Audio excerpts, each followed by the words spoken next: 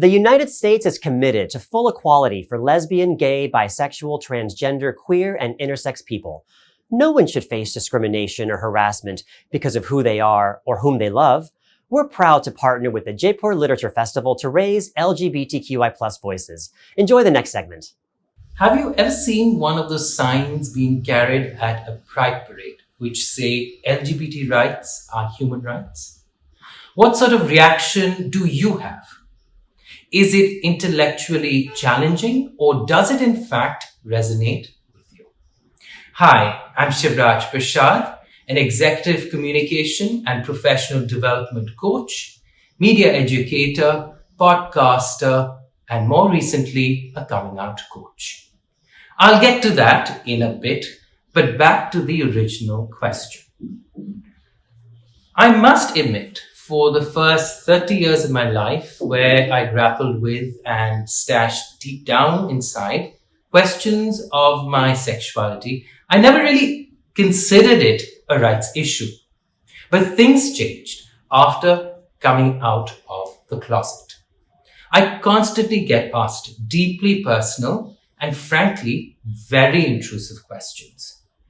It's like a never-ending coming out, really. And begs the question, do heterosexual people ever feel the need to come out? No, right? So why are we subjected to so much self-doubt, guilt, and even the falsehood that this may just be a passing phase? In 2018, the Supreme Court of the country read down a 150-year-old Victorian-era law, liberating millions of lesbian, gay, bisexual, and transgender Indians. A judgment that expanded on issues of gender identity, sexual choice, and the dignity of every Indian. Yet today, we have to constantly explain why we need another person as a joint account holder, or as the next of kin in hospital, or a sole inheritor, or even on property papers. Changes in the law may have brought increased rights for LGBT folk, but our lived experiences show only a minuscule shift in the societal, cultural, and political attitudes. So, when we come back to the original question of the slogan, LGBT rights are human rights, it gets real. I've chosen to do my bit. During my ongoing coaching training, when I searched online for coming out coaches in India, I found almost none. So I've dedicated part of my practice to help people normalize questions of their sexuality.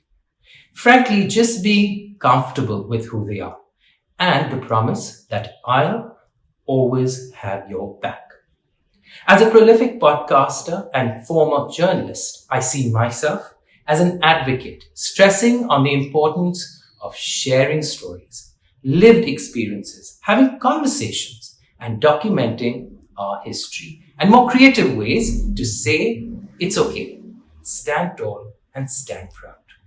So the next time you are confronted by the question, are LGBT rights human rights? Ask yourself what you are doing to be part of the solution.